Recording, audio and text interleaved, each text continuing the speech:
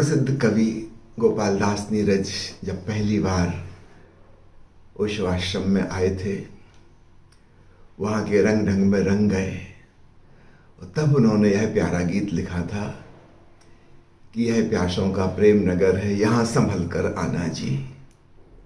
इस बस्ती में जो आता है वो हो जाता दीवाना जी। बहुत प्यारा गीत।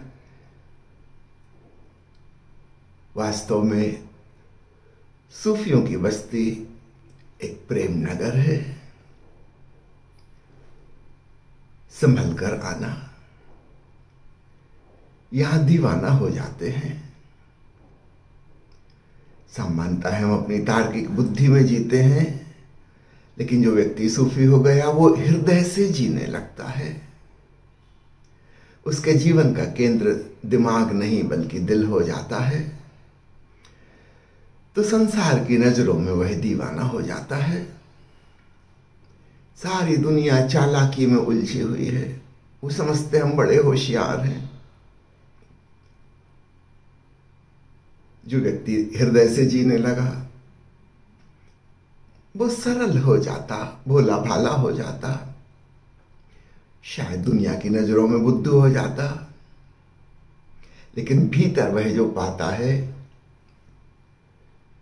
शांति का, आनंद का खजाना, वो है अद्वितीय है।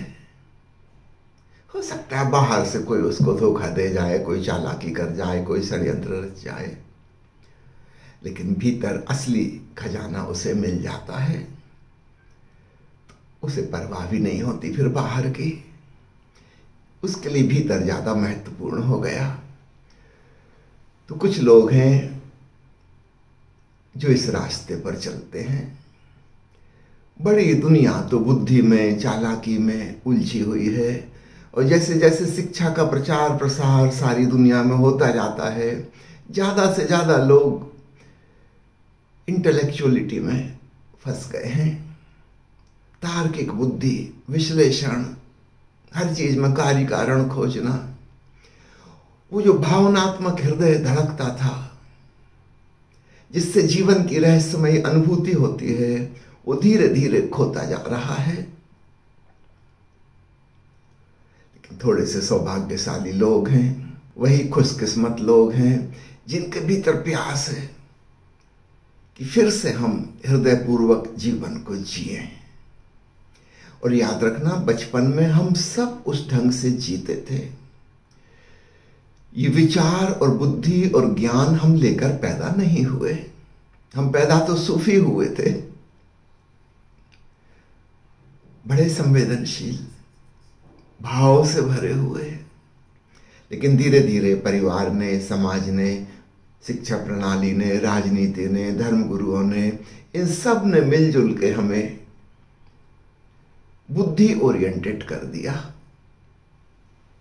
हमारा हृदय उपेक्षित हो गया। प्रेम की तो कोई शिक्षा कहीं होती नहीं, और सूफी प्रेमियों का रास्ता है। जैसे भारत में भक्त हुए हैं, भांति भांति के भक्त हुए हैं। याद रखना, सब भक्त एक से नहीं होते, हर भक्त अपने आप में यूनिक होता है। ठीक ऐसे ही इराक में, फिर बाद में ईरान में, अफगानिस्तान में, भारत में, पाकिस्तान में, सभी जगह सूफी हुए। सूफी शब्द भी बड़ा प्यारा नाम है। यूं तो इसके कई अर्थ किए जाते हैं, लेकिन ओशो ने जो प्यारा प्रतीक अर्थ दिया है वो वाकई में कमाल का है। सूफ का शाब्दिक अर्थ, लिटरल मीनिंग तो है ऊन, वूलन। कहते हैं कि हजरत मूसा को जब प्रभु से मिलन हुआ तब वे ऊनी वस्त्र पहने हुए थे।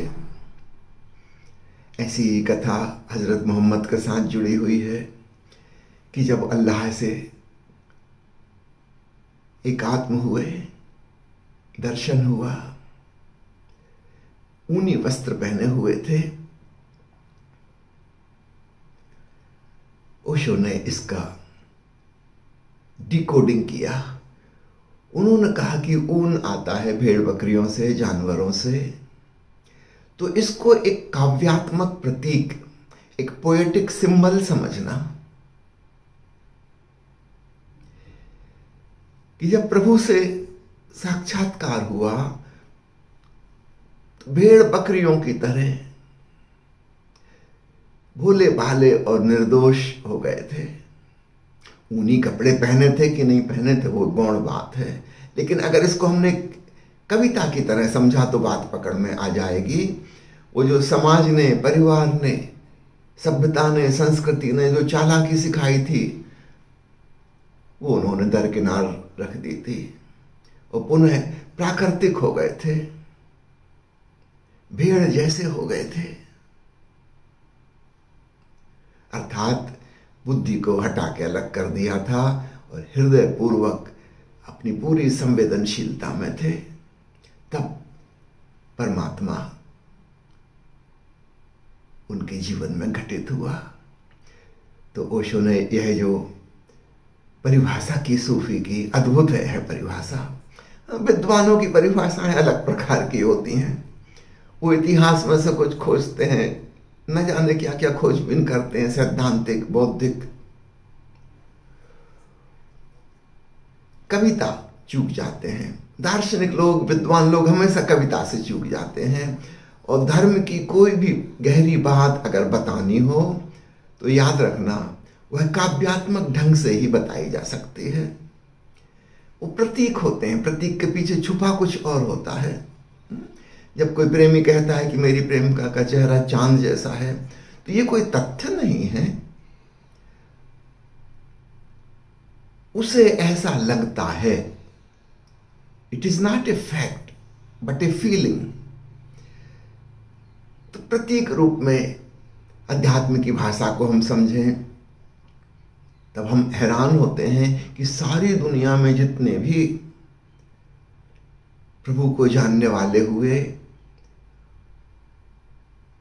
उन सब की भीतरी बात वही की वही है। वो जो एसेंस है रिलीजियसनेस का, धार्मिकता का इत्र, वो वही है, उसकी खुशबू वही है। तो सूफी यानी प्रेम की खुशबू। एक बार जिस व्यक्ति को स्वाद लग गया, उसका जीवन रस विभोर हो गया, परमात्मा रूपी साकी ने वह शराब पिला दी, ध्यान की शराब, भक्ति की शराब। फिर वो ऐसी शराब है कि फिर उतरती नहीं, चढ़ी सो चढ़ी।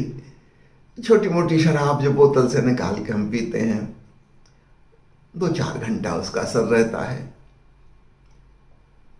वह बेहोशी लाती है, सो जाते हैं, मगर जब सुबह उठते हैं फिर वहीं के वहीं होते हैं जैसे थे। ध्यान की जो शराब है, भक्ति की जो शराब है, प्रार्थना की जो शराब है, यह बेहोशी नहीं लाती, यह होश को बढ़ाती है। और एक बार चढ़ी सो फिर चढ़ी, फिर कभी नहीं उतरती। प्रसिद्ध सूफी संत मंसूर के वचन याद आ रहे हैं। अगर है शौक मिलने का तो हरदम लौ लगाता जा, जलाकर खुद नुमाई को भस्म तन पर लगाता जा। भस्म कर देना होगा खुद नुमाई को, अहंकार को। वहां से एक खुमारी, एक नशा पैदा होता है। हमारा अहंकार ही हमें दुख दे रहा है। वो जो खुदी का भाव, मैं हूं, सारे जगत से अलग भिन्न, जुड़ा हुआ महसूस करना, उसी को लौ लगाना कहते हैं। हर दम सांस को भी कहते हैं, क्षण को भी कहते हैं। सांस सांस में जुड़े हुए महसूस करना। अगर है शौक मिलने का, उस प्यारे से मिलना है। सूफियों ने बहुत उपमाएं दी हैं। किसी ने उसको प्यारा कहा, प्रीतम कहा, किसी ने प्रभु को दोस्त कहा, यार कहा, किसी ने साकी कह के पुकारा, किसी ने प्रेमिका, प्रेयसी कहा। असली बात है प्रेम लौ लग जाए, किस रूप में तुम्हारी मौज जो तुम्हें भा जाए। अगर है शौक मिलने का तो हरदम लौ लगाता जा, हरदम। एक क्षण का भी गैप न पड़े, हर सांस उसके रंग में रंग जाए। जलाकर खुद नुमाई को, अपने अहंकार को भस्मीभूत करके भस्म तन पर लगाता जा। और दूसरी राखें लपेटने से कुछ ना होगा। लगाना है तो अपने अहंकार को नष्ट करके। प्रतीक है, खुद ही मिट जाए तो खुदा का दर्शन हो जाए। पकड़कर इश्क की झाड़ू, सफा कर हिज्र ए दिल को। कुछ खास नहीं करना है, जैसे हम अपने घर की साफ सफाई करते हैं वैसे ही वो हमारा दिल, उसको जरा साफ करना है। पकड़कर इश्क की झाड़ू, प्रेम की झाड़ू से जरा वो जो विकार हैं, दुर्भावनाएं हैं, उनको बाहर निकाल देना है। और उसमें भी विशेष रूप से दुई की धूल को लेकर मुसल्ले पर उड़ाता जा। वो जो द्वैत भावना है, मैं अलग हूं जगत से, ये दुई की जड़ है। हमारा ईगो, मैं कुछ और हूं, ये सारा जगत, परमात्मा कुछ और है, ये दुई की भावना है। इसी धूल से हमारे भीतर गंदगी है। मस्ताना मंसूर कह रहे हैं, पकड़कर इश्क की झाड़ू, सफा कर हिज्र ए दिल को। ये सफा शब्द भी बड़ा अच्छा है। कुछ लोग कहते हैं कि सूफी शब्द सफा से बना है, जो भीतर सफाई कर ले, जो पावन, पाक, पवित्र, निर्दोष, स्वच्छ हो जाए। कोई गंगा स्नान करने से पवित्रता नहीं आएगी, लेकिन अपने भीतर इश्क की झाड़ू लगाने से जरूर सफाई हो जाएगी और हम सूफी हो जाएंगे। लगाकर इश्क की झाड़ू, सफा कर हिज्र ए दिल को, दुई की धूल को लेकर मुसल्ले पर उड़ाता जा। कहे मंसूर मस्ताना, मैंने हक दिल में पहचाना। हक बोलते हैं सत्य को, द अल्टीमेट ट्रुथ, परम सत्य, जीवन की वास्तविकता, परमात्मा, अल्लाह, जो नाम देना हो दे दो। कहे मंसूर मस्ताना, मैंने हक दिल में पहचाना, अपने भीतर उसको पाया, बाहर के किसी क्रियाकांड से नहीं पाया। स्वयं में डूबकर, तुम्हारी मौज, ध्यान कहो, प्रार्थना कहो, मेडिटेशन कहो, अपने ही दिल में डूबना होगा और थोड़ी सी दिल की सफाई करनी होगी। बहुत कचरा कूड़ा है, जरा उसको झाड़ू लगा के निकाल देना। उसको भी कोई गंभीर मामला नहीं कहा मंसूर मस्ताना ने। साधना शब्द कहने में ऐसा लगता है कुछ बड़ी सीरियस बात है। कितनी प्यारी उपमा दी, पकड़कर इश्क की झाड़ू, सफा कर हिज्र ए दिल को। कहे मंसूर मस्ताना, मैंने हक दिल में पहचाना, वही मस्तों का मैं खाना, उसी के बीच आता जा। वही है असली मैं खाना, जहां होश की मैं उपलब्ध होती है।